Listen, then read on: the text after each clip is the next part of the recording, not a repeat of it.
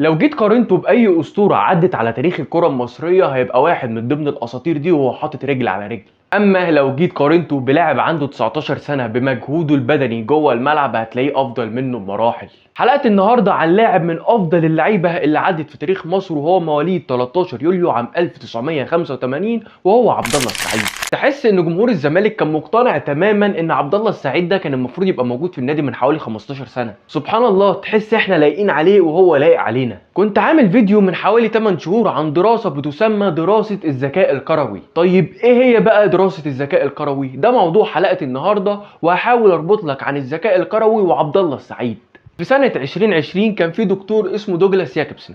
دكتور دوجلاس ياكوبسن ده كان شغال في جامعة سويتش سكول اوف سبورتس اند هيلث ساينسز، وعلى حسب ما قريت زي ما قلت لك برضو في الفيديو اللي فات، ممكن تتفرج عليه من هنا او من هنا على حسب هيظهر لك فين، ان من ضمن الثمان مدربين اللي جابهم دكتور دوجلاس ده كان من ضمنهم بيب جوارديولا والسبيشال وان جوزيه مورينيو. والثمان مدربين اجمعوا بالاجماع ان لازم عشان تقيم اللاعب ده عنده ذكاء كروي او لا، او اللاعب ده لازم يكتسب الذكاء الكروي ازاي، ان هو المفروض يكون عنده 5 حاجات موجودين بالترتيب.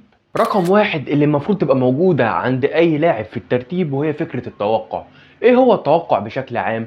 أنا معايا الكورة، المفروض أبقى متوقع زميلي هيتحرك فين عشان ألعب له الكورة في أحسن مساحة موجودة ليه. طيب دلوقتي الكورة مع زميلي وأنا اللي لاعب حر، لازم أكون متوقع زميلي هيلعب لي الكورة في أحسن مكان ممكن عشان أبقى مسابق بثانية ثانيتين. رقم اتنين وهي الرؤية اللي لازم تبقى موجودة عند لاعب نص الملعب، لأن لاعب نص الملعب هو أكيد لازم بيعتمد على الإسكان اللي بيعمله في عدد ثواني قصير جدا وبيعمله طوال المباراه. وخصوصا اما انت بتبقى لاعب انت اللي المفروض بتبني الكوره من تحت او انت اللي بتنزل عشان تسحب الفرقه لقدام، وخصوصا لما بيكون ظهرك للملعب. بتكلم على عبد الله السعيد مع نادي الزمالك، وهو من ساعه ما جه غالبا هو اللي بينزل يستلم الكوره من تحت، وهو اللي بيحاول على قد ما يقدر ان هو يطلع الفرقه لقدام. فلازم يكون عنده رؤيه كويسه جدا يقدر بيها ان هو يستلم الكوره، يقدر بقى يطلعها من لمسه واحده لو هو ظهره للملعب، او يستلم الكوره ويتقل عليها ويطلع الفرقه براحته. رقم 3 وهي فكره تجميع المعلومات. انا واقف فين، زمايلي واقفين فين، طب الراجل ده اتحرك قدامي كده فانا عايز العب الكوره بينيه، طب عشان انا العبها بينيه الكوره محتاجه قوه قد ايه عشان توصل مظبوط للاعب بتاعي. طب انا دلوقتي استلمت الكوره في نص الملعب من بقى المدافع او الجون ايا كان، وجيت لفيت وشي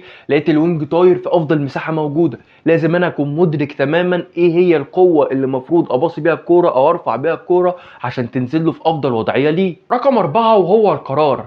القرار ده بيترتب عليه حاجات كتير. القرار ده انا واقف فين، طيب اباصي الكوره لمين، مين افضل لاعب اخد القرار اللي انا اباصي له الكوره، طب مفيش حد موجود جنبي او مفيش حد متاح ليا، هل انا ممكن اخد القرار اللي انا اشوط الكوره من على حدود ال 18؟ لو انت لاعب مميز لازم بتكون مجهز قرارك ده قبل ما بتستلم الكوره، لان مثلا الكوره جات لك هل انا المفروض اتقل عليها ولا العبها من لمسه واحده على طول؟ كل دي قرارات انت المفروض تتحكم فيها مع نفسك. رقم 5 هو التقييم، مراجعه الهجمه وتتفرج عليها كويس وتشوف انت تصرفك فيها كان عامل ازاي، لان انت المفروض تراجع اخطائك عشان لما تيجي تعمل الكوره تاني ما تعملش نفس الاخطاء. الفرصه الاولى اللي معايا لعبد الله السعيد وهي في مباراه السوبر اللي فاتت، وهو فاول من على حدود ال 18، وهشرح لك فيها الخمس عناصر بتوع الذكاء الكروي.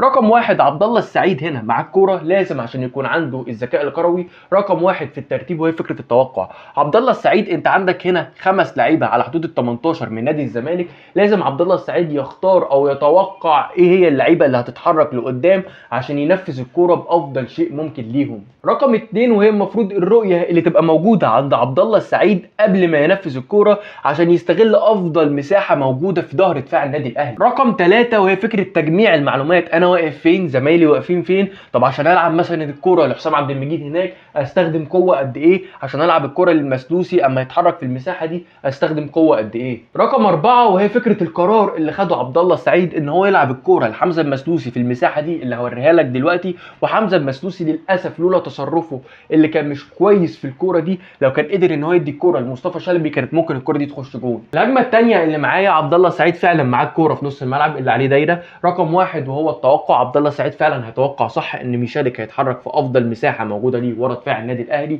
رقم 2 وهي فكره الرؤيه، عبد الله السعيد كانت رؤيته ممتازه جدا في نص الملعب ان هو يقدر يلعب الكوره لميشالك في المساحه الفاضيه. رقم 3 تجميع المعلومات، انا واقف فين، زمايلي واقفين فين. رقم 4 القرار اللي هاخده، ايه احسن قرار هاخده، ان انا مثلا العب الكوره لدونجا ولا العبها لناصر ماهر ولا العبها في المساحه الفاضيه لميشالك. الهجمه الثالثه معايا لعبد الله السعيد واللي بيميزك انت كلاعب كوره عن اي لاعب تاني، وهي فكره القرار اللي بتاخده اول ما بتستلم الكوره خلال الثانيه او الثانيتين اللي المفروض الكوره تبقى معاك وتتحرك بشكل سريع جدا. بالمناسبه الهجمه دي كانت في الدقيقه 79 والزمالك كان خسران 1-0 من نادي سيراميكا كليوباترا.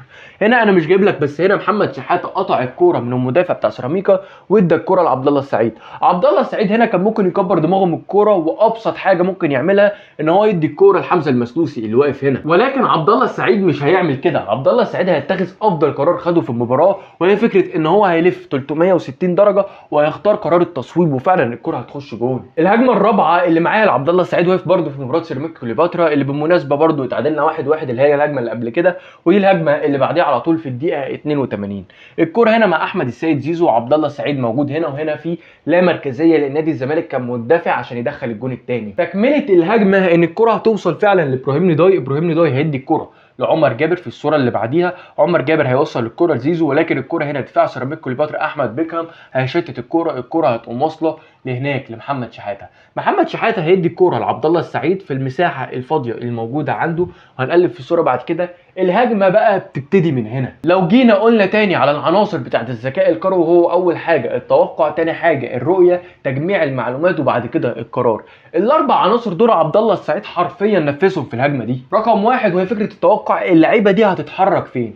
رقم 2 وهي الرؤيه، ومفيش احسن من عبد الله السعيد ان هو يعمل رؤيه للهجمه. رقم 3 وهي فكره تجميع المعلومات، انا واقف فين، زمايلي واقفين فين، طب عشان العب الكوره هستخدم قوه قد ايه. رقم 4 وهو القرار اللي هاخده. وعندك هنا عبد الله السعيد معاه الكوره، الصوره اللي بعد كده هنلاقيه ان هو مشي شويه بالكوره، بعد كده هيضطر ان هو يلعب الكوره اوفر، واتفرج هنا على رؤيه عبد الله السعيد اما قرر ان هو يلعب الكوره في افضل لاعب موجود في افضل مساحه موجوده في الهجمه دي، وهو ابراهيم نضاي. الصوره اللي بعد كده هتلاقي ان ابراهيم نضاي الكوره جات له مستريحه جدا، والجون الثاني بيخش لنادي الزمالك.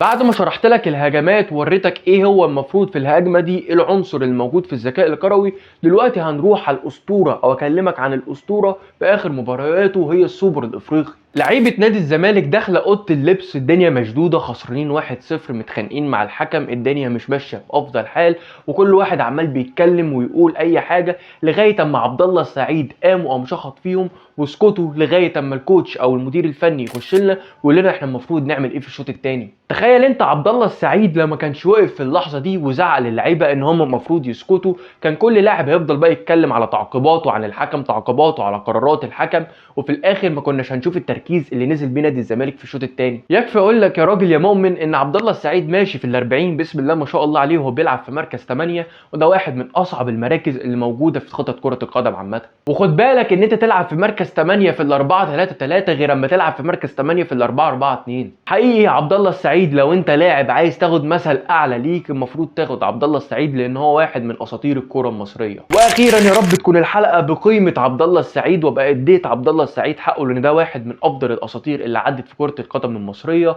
اتمنى يكون الفيديو عجبك، ما تنساش تدعمني باللايك والشير والسبسكرايب. شكرا.